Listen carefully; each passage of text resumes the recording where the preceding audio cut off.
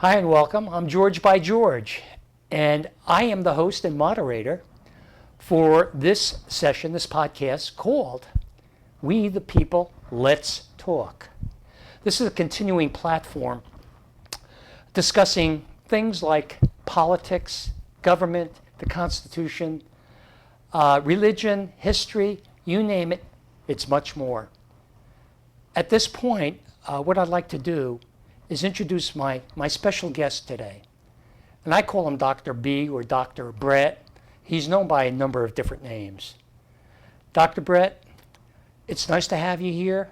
Let me give just a little background, a very minuscule background about you, okay? I met you at ACCA, okay, about a week or so ago, and I was impressed with a number of things that you had presented to us about education, especially the after or before and after school program. Now, I know that you're the executive director, what a title, okay, of Innovation Learning. Am I saying that right? You got it, Innovation Learning.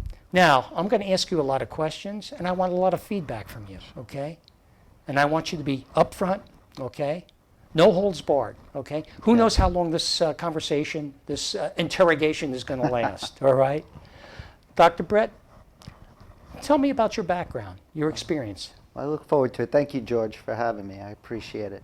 Boy, where to start? I was a premature baby born. No, I won't go there. That's okay. All right. Hey. No, I got involved in education. Both of my father and my stepmother were both New York City public school teachers. New York City? Yeah. So, they actually teach in New York? Oh, yeah. Well, this was way back. Now, so way back yeah. when. Okay, decades. This there is we way go. Back. So no, so they were both teachers, and they told me, and my father told me from a very early age, don't become a teacher. Yet he would. And go you off didn't take his advice? No, I think that's my personality. It just stoked to the why shouldn't I become a teacher? But he the over and over again they would say, don't become a teacher, don't become a teacher. And meanwhile, I found myself, when I go to work with my father, I loved it. I was drawn to it. As a matter of fact, I would. I don't tell everybody this, but don't tell us. Yeah, then. yeah. Right, I have a younger sister who lives down in Miami, and I used to, put her on. She would be on the floor and have all the stuffed animals around, and I recall playing teacher from a very early age, and so I mean it's really the only real job I've ever had in education, and it's something that I just embraced, and I think the more my parents would tell me, hey, don't become a teacher, the more I kind of thought, well, why not? And as I got older and asked those questions, they would say, well, it's a bureaucracy. You can't make a difference. You can't move the big machine. It's hard to. There's a lot of things you can't do. And I said, well, there's got to be a way. There's got to be a way. It can't. And you found a way? Not all teachers are like that, and so. And then I got into I got into the special education piece and working with at-risk youth because I remember I wasn't a great student from a very early age. I had a pretty difficult upbringing, and I wasn't a great student in elementary school. And I remember being at a finding a way. I was helping my fourth grade teacher, Miss Kirsch, with the. You still remember names? names? Well, yeah. I mean, to put her bulletin board up, and I was talking to her, and I was getting like C's and D's, and I remember saying, how do I get A's and B's? How do I, I must have been 9 years old. I mean, I try. How do I, I just didn't know how to do it, and I remember her telling me that, well, the world needs people to pave roads and needs people to. To more or less dig ditches, And I said, boy, is that what I'm 9 years old, and I'm thinking to myself, now this is what I have to do. I have to pave roads, and this is what I'm supposed to do, and there's no way. And there's nothing wrong with that word, right? No, there's nothing wrong with that word, but, to be pigeonholed at an early age and say, this is what you have to do. Yeah. based on getting C's and D's in fourth grade. And I believed it. I really believed it. And it wasn't until much later, much later, when I was 11th, 12th grade in high school, I started figuring it out. I figured out how to be a good student and how to. So how did you figure that out? Well, I'll tell you, but when I look back, I thought to myself, wow, there's a way to be not a good student and become a good student despite the odds, and maybe I can help kids. Maybe I can help kids to learn from what I learned, and that there is a way to do it, and that it comes down to really just figuring out how you learn best, and not listening to all the noise around you, but rather figuring it out, because each one of us has our own strengths. So you had a goal, an objective, a purpose in mind, and you focused, you concentrated. Right. Let me ask you this. What kind of degrees do you have, and what was your experience getting into teaching? What did you teach, first of all? Well, my degrees are, as an undergrad, I had a major in history and anthropology. Yes, history for me. Yeah. That was my major, yes. Fun, Anthropology, right? forget about. Well, it was archaeology. So I was archaeology. Okay. So I was very interested in colonial America and history. I was very interested in history. And a minor in education, because I went to the University of Buffalo and they only had a minor, but I knew I was going to teach. And so a high school history teacher is what I thought I was going to be. And then I ended up working. My first job was as a teacher assistant in a private school for children with emotional disabilities. And from that, I just became passionate about special education. I got my master's in learning and behavioral disorders, and then was just really excited about that. And although I did teach a little bit of high school history, I actually taught fourth grader elementary school regular education as well. But I also have a doctorate in educational leadership and special education. So You have 2 doctorates? it's one doctorate with a dual concentration. So I've always done things like 2s and 3s. It's kind okay. of it's just interest. You start to the more you go to school, the more you realize what you don't know, and then you want to learn more. And Well, every day is a learning day, yeah. a learning situation, regardless of what age you are, okay? Right. I hear many people, especially my seniors, okay? Well, what's the sense? Who knows how long I'm going to be on this earth and everything else. And that's a very negative way of looking at life, because that experience, that daily experience, being exposed to people, I'm learning basically from you, okay? This was really advantageous for me because of the background that you have and your interest, especially history, because I was a history teacher, a social studies teacher, civics teacher, and that's what I still do every so often as a substitute teacher. And I learn from children. Absolutely. You could learn basically from any age. It doesn't matter, the child could be 4 or 5 years old or even crawling, and you're watching. Absolutely. And taking that in and hopefully applying what you've learned. Right. And when I teach, I go through a sequence with the kids, okay? I ask them, well, what are the 3 L's? Okay? So the kids would answer, well, life, love, and liberty. And I said, that's great. But when you're in a situation like this, classroom, or even outside, talking to your friends, your relatives, your mom and dad, you got to be a good listener. We have 2 ears that God gave us and 1 mouth. Use Gorilla Tape on this. Keep this one open, this one closed, so that you can retain it in the gray matter. And then, okay, hopefully if you're listening, even if it's an instructor you dislike, or you don't like the topic or the issue that's being discussed or the event, by listening intently and focusing your concentration on that, you're actually learning. And learning, you're acquiring knowledge. And knowledge can either be stagnant or you can apply it. And hopefully you'll apply it. Some individuals, stagnation is nothing. It doesn't go where, it rots. Yeah. Okay? But if you apply it, then you have the potential of becoming a leader. So it's listen, learn, and lead. And then I would talk to them about the 4 R's, or no, the 4 R's, that's right. Reading, writing, arithmetic, and what's the last one? Respect for yourself and respect for others. And then the kids would say, Mr. Jacko, you can't spell. Arithmetic is with an A and writing's with a W. So I go back into history and explain why it came RRR. Okay. Yeah. So that's my modus operandi. And it seems to be Fantastic. working for me. And you try to be open-minded and everything else. And your brain has to be a receptor, okay? Absolutely. Not to cut something off because you don't like what you hear or you don't like the person that's presenting, okay?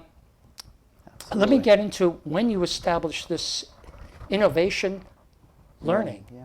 Tell me about this. What motivated you and more about the program? Yeah, it was interesting because if you would have told me I was going to be doing this, in 2007 when I first got involved in before and after school, I would say you're crazy because it's a very circuitous route to get here. As a matter of fact, when I moved to Colorado, and when I moved to Colorado, I didn't know what I really wanted to do, and what I ended up this was in the late '90s, and what I ended up doing was I knew I wanted to create and get involved in really helping disadvantaged populations. So then that disadvantaged can mean socioeconomic, learning disabilities. I was looking for a way to make a difference, and I took a job with a nonprofit working in a youth corrections facility, an all girls youth correction facility, and it was right around the time when Colorado was going through a situation where they weren't providing a free, appropriate public education, which every child is entitled to. They weren't providing that to incarcerated youth. And so there was a big lawsuit. And so what ended up happening, I just happened to be in the right place at the right time. I said, we have about 60% of these kids who have some kind of learning disability. And I know that there's money out there to educate children with learning disabilities. And I had some help from people, some really good people within the state of Colorado. And we started talking about what if we develop an on-ground school for these children and receive funding so that they can get educated and they can, that's real rehabilitation. If you want to talk about rehabilitation. And so we developed the first on-ground school, approved on-ground school through the state of Colorado for children. And from there, it kind of created a blueprint for how can you develop, how can you build programs and develop programs that are going to benefit different populations of students. I said, this is where this is my different, in a broad sense, this is, how I can make a difference. And ended up replicating with that nonprofit, replicating it five times for different populations: students with autism, students with learning disabilities, students with behavior disorders, and from there, I one of the places that was paying us to kind of in a program for students with autism was a district outside of Colorado. And so they wanted to hire me to, they said, why can't we do this in a district? Why can't we develop programs inside of a district instead of busing kids all over the place or having them, just be schooled at home? So I did that, and from there, I got this reputation, I guess, from being able to create programs. And I was, through a friend of mine who had started a charter school in Massachusetts, I had met a businessman who worked out of Boston, who said he contacted me through my friend, and he said, my daughter, we do early childhood, but we want to add before and after school programs to this, and I know you have a reputation of creating programs and developing academic programs that seem to work, and how would you like to sit down with me and think about how we can do before and after school? Did they give you a lot of latitude to create this program, to be innovative? Right, right, yeah. So this was you know, it's not it was pre-innovation learning, so it's a different company, which we kind of you know, developed the before and after school component out of it, and I really saw how, you know, I went from as I told you, I started as a teacher assistant, and I really impacted the kids in the classroom, I guess, you know, to some extent, but I wasn't the teacher, the decision maker, and then I became a teacher, you know, and then I became you know, really a principal, and then, you know, kind of I moved over to district administrator, and here I saw You were a principal? I was For how long? For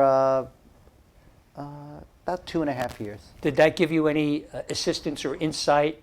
Yeah, all of it did. All of this, you know, gave me insight into, you know, not only, you know, the philosophical or ideological reason for doing all this, but the practical. How do you roll up your sleeves and actually take something that you're designing or thinking about and implement it when working with children? So you're a pragmatic individual then? I try. You try? No, you do, Yes, right? Yes, I do. To use Yoda's terminology. Right. Okay. And yeah, and in this situation, I said, okay, well, I you know, I had influence, and I you know, I had gone from class, you know, maybe individual students to classroom to building to district, and now I said, wow, this is a way in which, you know, everyone needs before and after school, and, you know, we can have an impact on children throughout the country, and so developed a model there, and it worked, and that company ended up being bought by a British company, and that was in 2015, and I left at that point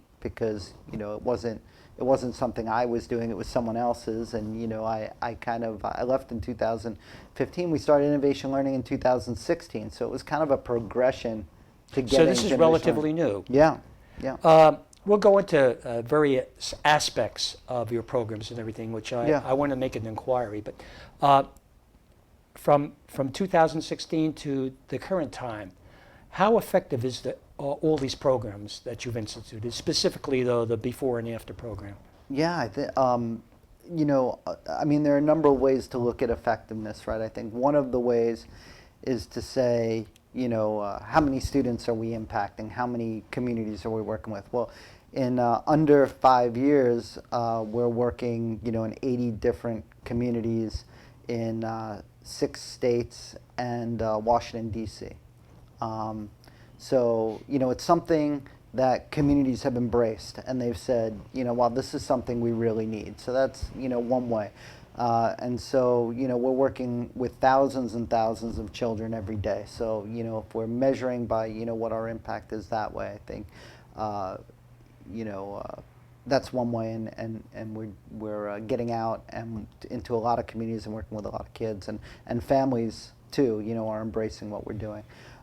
In terms of, you know, academically, this is traditionally a field that's been dominated by early childhood professionals, and or early childhood companies, and the first thing we saw was, you know, well, when a lot of kids are, you know, 4th, 5th, 6th grade, you know, and you're working with elementary schools, but you're coming at it from an early childhood perspective, well, in a lot of instances, you get programs that are really a lot about babysitting and play and custodial care, and because most early childhood providers don't know a lot about you know, elementary age or even middle school, which we work with. How do we increase academic achievement, or how do we affect a whole child from a developmental perspective that's age appropriate? And so this is kind of one of the things that we've embraced is, you know, really looking at this from an age appropriate perspective and supporting the curricula that's provided at each of the schools that we work with. And that's really, I think, why people have embraced it and why we've been so impactful. Let me ask you, I'm going to ask you about the categories, the breakdown. I've read through a lot of the literature that you provided. Can you explain some of this, be as succinct as possible?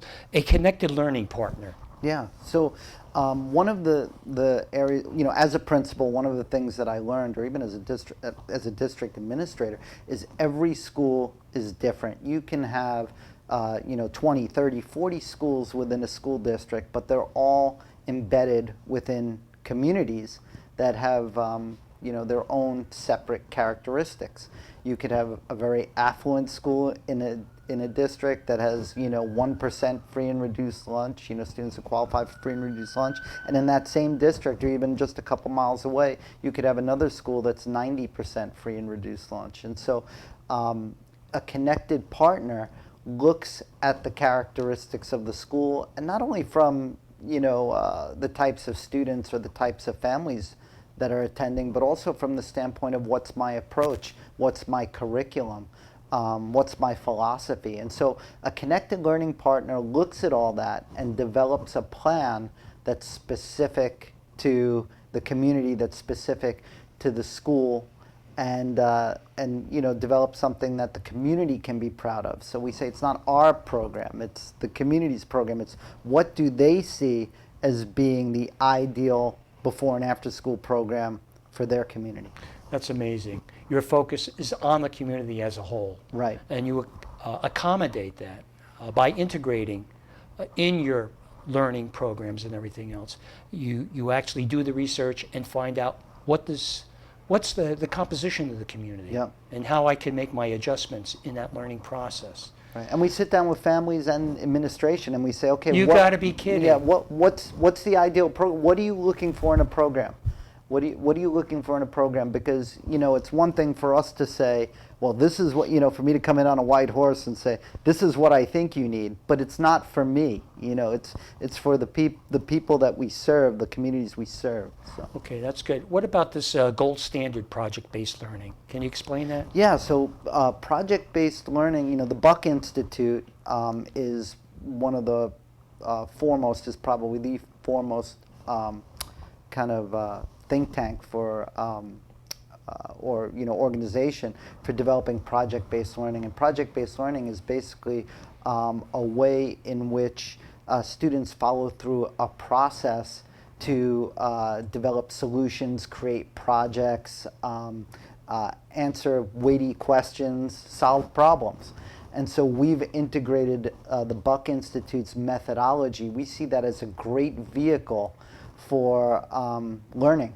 So we come in and we, so for example, one portion of what we do, and I know you're going to hit on this, is our STEM learning. Yes, that's my next question. Okay, so let's see if we can integrate that. Yeah. Go ahead. Yeah, so STEM is science, technology, engineering, and math, and a lot of people like to add the A, the arts, and make it STEAM.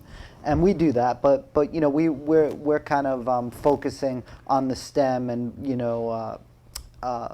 and for us, it's the two go hand in hand. How can we know that unlike schools, we don't have a captive audience. If kids don't like it, and parents don't like it, and kids aren't learning, we don't feel like they should be sending their kids to us, nor will they. And so we said, how can we make this really exciting? How can we make STEM learning really exciting? Well, we know that children like actionable projects. They like to be doing. They like to be moving. And so project-based learning is a great way to do that, because there's a lot of interaction in project-based learning. There's a lot of problem solving, and then most importantly, that it lends itself very well to the doing and the tinkering and developing. And so our program brings in a lot of, we bring in Chromebooks, we bring in robotics. Robotics?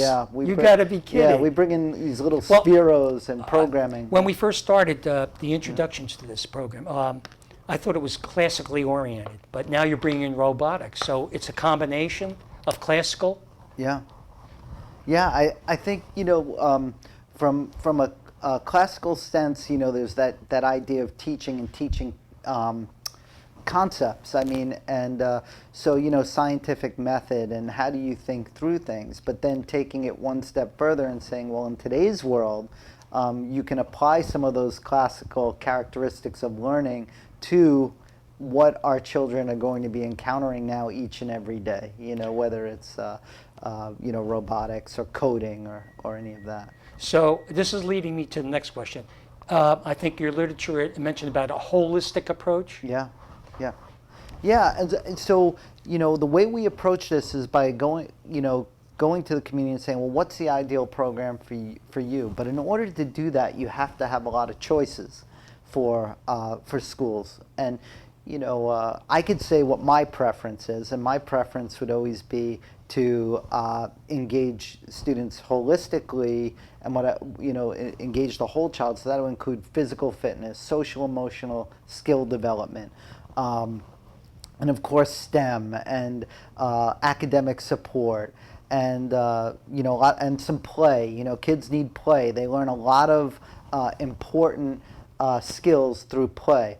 And what we in terms of our mission and vision, we said, well, we can teach 21st century skill building through our program. That there's a set number of skills that all innovators have, and if we want to teach the skills of innovators, well, we have to address the whole child.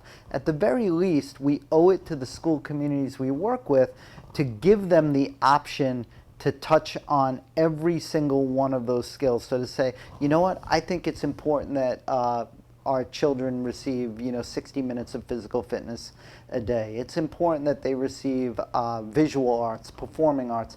And we have some schools that are really academic, and they say, look, we're giving 2 hours of homework a day, and you have to have a 2-hour academic component. But no matter what it is, we want to be able to provide the option to the to communities of addressing the whole child. And most of our programs will take from each bucket, and we'll do everything. Well, you had mentioned play, and I think in some of your literature you phrase it discovery and play. Right. They discover something, okay? Whether they're working on something with their hands, visually saying things, that is amazing. That is amazing. I have another question. Giving back to the school community. How do you give back to the school community with this program? Yeah, we have several different ways in which we do this. All of our programs are run by a site coordinator, and our site coordinators are integral to our program because we say that they're embedded within the community. And there are a lot of ways in which they're embedded within the community. Some of our programs, we do a staff share, where we pay, their full-time employees, we pay the benefits, we pay their salary, and then the school will reimburse a certain percentage, and that individual will work in the school as well, so that they really get to know the community and they're committed to the community. And the way we give back is that we're paying the benefits and we're paying the lion's share of the salary, and then the school will pay, a certain amount. But we're paying the benefits, so it's kind of an in-kind contribution that way. Another way is all of our site coordinators have to give some time to the school community. We pay them for that time. And what type of respect? So we call it like paid volunteer time. So paid volunteer. Right. So we pay them, but they're committing time to the school community. So whether that could be anything that the administration believes would be beneficial. So we have some of our staff are running the lunch periods at schools. Some of our staff are working in the office, and they do it 5 to 7 hours a month. So they make a contribution 5 to 7 hours a month, and that's one way that we give back. And another way we give back is through revenue share. So we share revenue back with the school. The more successful our program is, the more students we're able to impact. We share revenue that we receive back with the school. So there's several ways in which schools benefit from our program. Again, I'll have to refer to your literature, increased academic achievement. Can you explain that? Yeah, so all of the curriculum that we use is tried, true, and tested. There's a research basis to it. We have one of the ways in which we're unique, and to just go back to something I mentioned earlier, it's very important for us to be age appropriate and to ensure that we're providing curriculum that's relevant for all the age groups that we're working with. So we have a curriculum team, and our curriculum team adapts the curriculum to before and after school time. And most of the curriculum that we use has been designed for school day learning. Even so, for example, our physical fitness curriculum, it's been developed by San Diego State University. It's called SPARK, which stands for Sports, Play, and Active Recreation for Kids. And that curriculum is used as the PE curriculum for schools around the country. But what a lot of people don't know is that SPARK they also have an early childhood component, but they also have a component that they've adapted for before and after school learning. And so it kind of supplements or complements the SPARK curriculum for school day learning. And so the reason I bring SPARK up as an example is because they're one of the few that have already adapted it for before and after school. Our curriculum team takes curriculum that's been used in a lot of different classrooms, and we adapt it for before and after school programming. So all of the curriculum we use has been shown in one way or another, and that's really our prerequisite, has been shown to improve academic achievement. What about special education support? Yeah. So one of the things that really intrigued me, when I was a principal, I had a very high population of students with special needs, and that harkens back to my background and my interest. And what I learned by working, being a principal and being in my own district, is that a lot of before and after school providers will not provide programming for students with special needs, especially those with autism or behavior issues. And it's kind of, in a lot of ways, they'll never tell you that, and it's not their policy, but they'll kind of find ways to make it difficult for those students to participate in programming, and they find ways to weed students with disabilities out.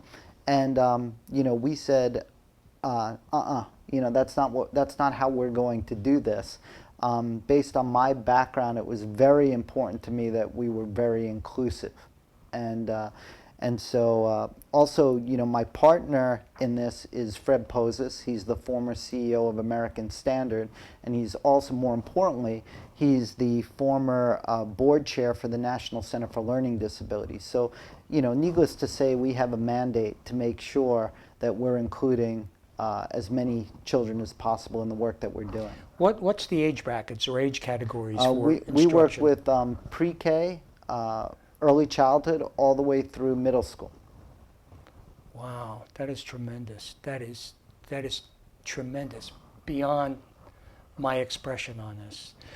You're not like the traditional type of special needs teachers or anything like that. The program is very innovative, very creative, and my hat's off to you for actually composing, creating, and actually applying something that really has positive benefits, positive attributes. Thanks. This is tremendous. Have you ever published anything? Other than my dissertation is the only thing that I've ever published. I've been more of I get a lot of joy out of building, and so I'm more of a builder. I've thought about it, but my dissertation was rather lengthy, and I said after that, What was the title of your dissertation? So it was developing resilience in teachers of students with emotional disabilities. Woo! Yeah. So what I realized, was that teachers were dropping like flies. Teachers who worked with kids with emotional disabilities, and why was that? And the average lifespan of a teacher of children with emotional disabilities was about 3 years. And I said, boy, there's got to be a model. There's got to be something, again, that we could build that would help to offset that. And so part of my dissertation was developing a model for that. So. Because of special needs, I'm assuming that ADD students are involved in this? Yeah. What's the attention span? How can you actually attract them like a magnet to discover and to play? Right. With a limited attention span. Well, we know, I think children who have a limited attention span, even those children will pay a lot of attention to the things that they're interested in. And so the key is really to figure out what students what they're interested in. And so we've tried to make everything that we do a high interest activity, with a lot of interaction and a lot of play and a lot of movement. And the great thing about our program too is that if a parent says, or if our teachers identify that this piece of the program is not working for this child and they're not interested in it, then we, because we're before and after school and we're not beholden, to really, there's such a low bar, unfortunately, in our field. And by the way, that's one of the things that we've tried to do is professionalize before and after school and bring licensed teachers to the game. And we hire licensed a lot, teachers? credentialed teachers. Come on. Credentialed teachers. No. Come on, man. Yeah. And so the idea is, though, they understand, they understand the way children learn best, and they've really, as you know, as a teacher, George, you immerse yourself in that learning. If you're passionate about it and you look at it, you say, well, boy, you start to think, how can I get this child, how can I motivate this child, who doesn't like this, and so who doesn't like this subject matter. For us, that was really important, and so we provide a lot of different opportunities to engage children, and we say, adapt the program to what's going to work for that child. It goes back to the overarching philosophy that we're not coming in with this model and saying you must run this model, and it doesn't matter if you're running in a school in Orlando or you're running in a school in DC or you're in Denver, Colorado. Most providers will say you have to run this model, and it's like McDonald's, and we're going to standardize it, and it's going to, and yes, is that the more efficient way to do it and make money and replicate? Sure. But is that the most effective way for each community? Probably not. Understood. I'm concerned about licensure, but what kind of basic academics are your staff to have? When you do an interview for a position and everything else, do you look for a teacher that has not only licensure but the academic background, a positive academic background, undergraduate degree, graduate degree, so on and so forth? So we adhere to licensing standards in every state first and foremost. So all of our programs are licensed through like the Department of Human Services, and in every state they have a licensing entity. So they have criteria in every state, and we see that as our floor. That's our minimal competency. But when we're looking for site coordinators at our sites, we want our site coordinators to be teachers. We want them to, they don't have to have a current license. But as long as they went through a teacher preparation program, that's what we're really looking for, and we're looking for that commitment to student learning that they've really embraced. How many schools have you actually not indoctrinated, but provided your program to here in the state of Florida? So we haven't. We just opened in Florida. I just moved to Florida with the idea that we are opening a lot of programs in Maryland and DC, and we needed to have a base on the East Coast because we started in Colorado, and so we have programs in Oregon, we have programs in Colorado, we have programs in Arizona, and that's kind of how we grew out. And now we found our people from Colorado had to fly out to Illinois. Now they had to fly out to DC and Maryland. We said we had to do something on the East Coast. So about 4 months ago during the pandemic, I moved to Florida to open up our East Coast office. And so we hope and we believe that Florida can be a big place for us to make a really big difference, just because of the sheer number of students, the sheer number of schools, districts. We feel like there's a lot of good that we can do in Florida. But right now, as of today, we're not operating any programs in Florida, but we look for that to change very soon. That might change because of ACCA, so we'll just see. Hopefully that'll come to fruition.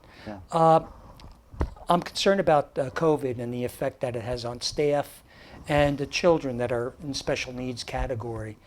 Have you been able to actually do mortar and how could I put it, inside the school environment, physically being there, or is it mostly online? Is that successful if it's online or not? I don't know. So COVID has really impacted our business profoundly because really it comes down to, if schools are open, then we're open. We're bricks and mortar, we're operating in the school building. There are some things that we do online, but predominantly, we're operating in the school before and after school program. So, really it depends on what part of the country you're in so all of our Arizona programs are open, just about all of them. Oregon programs are open, but Maryland and DC, they have yet to figure out how to open up their schools, and so there's not much going on in Maryland and DC. Denver, pretty progressive, and everything is pretty much open. So Denver, Colorado, wherever we have Colorado Springs, everything's open. So, and we've done everything. We've done the social distancing, mask wearing. There's rules put out by each licensing entity, which are governed by the CDC procedures. And so we have become pretty adept at distancing, masks, sterilization of everything, and wiping everything down. We've actually had to adapt our curriculum because a lot of our stuff is shared with children, like the robotics, and so we've had to buy more so individual students can have access. But we've also had to adapt the curriculum so there's to make sure that we can still keep it fun and exciting for children, but while they still are social distancing and staying enough apart to ensure that we're following those guidelines and keeping kids safe. Boy, I'll tell you, this has been an eye-opening and a very enlightening meeting here, and that you have gone into detail on that. Now I have a better handle or understanding relative to what your before and after programs are, and I think you're an asset to the educational field. And the best of luck here in the state of Florida. And by the way, welcome. Thank you. Okay, this is a welcoming card from We the People. Right. Thank you, George. Yeah. And maybe we'll have you on another time. I don't know, maybe have other guests and everything else. Once you get started and implement your program here in the state of Florida. That would be fantastic. We'll see how effective it is. I And would believe love me, that. I'm going to interrogate people. I'm going I to would question love them. that. Yeah. And that trust but verify. I always like to use that Reaganist term. Absolutely. Okay. Absolutely. I think we have to be, especially in education, we have to follow that mandate or that tenet. Trust but verify, and that the idea of maintaining data, keeping data, looking at effectiveness, and I think if that can be embraced across all the education world, we'll be doing a lot of good in this country. Well, you're a godsend, and God bless you. And I truly, truly mean that, and that's from the heart. Same to you. Thank you. And that being the case, we're going to close out today's session with our special guest, Dr. Brett. And this, of course, is We the People, Let's Talk. And boy, can we talk. And I'm surprised that I didn't talk as much as I did in the past. But again, we had such a special guest. And again, I've learned a lot. And I hope you learned a lot and enjoy it. And in further closing, I'd like to wish all the young ladies, actually all age young women, and it doesn't matter what category they're in, okay, a very, very happy Valentine's Day. And I got a couple of jokes.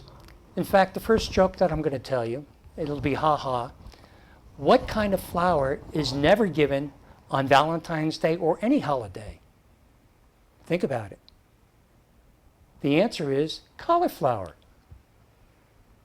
So we're going to laugh about that. Wacko Jacko here.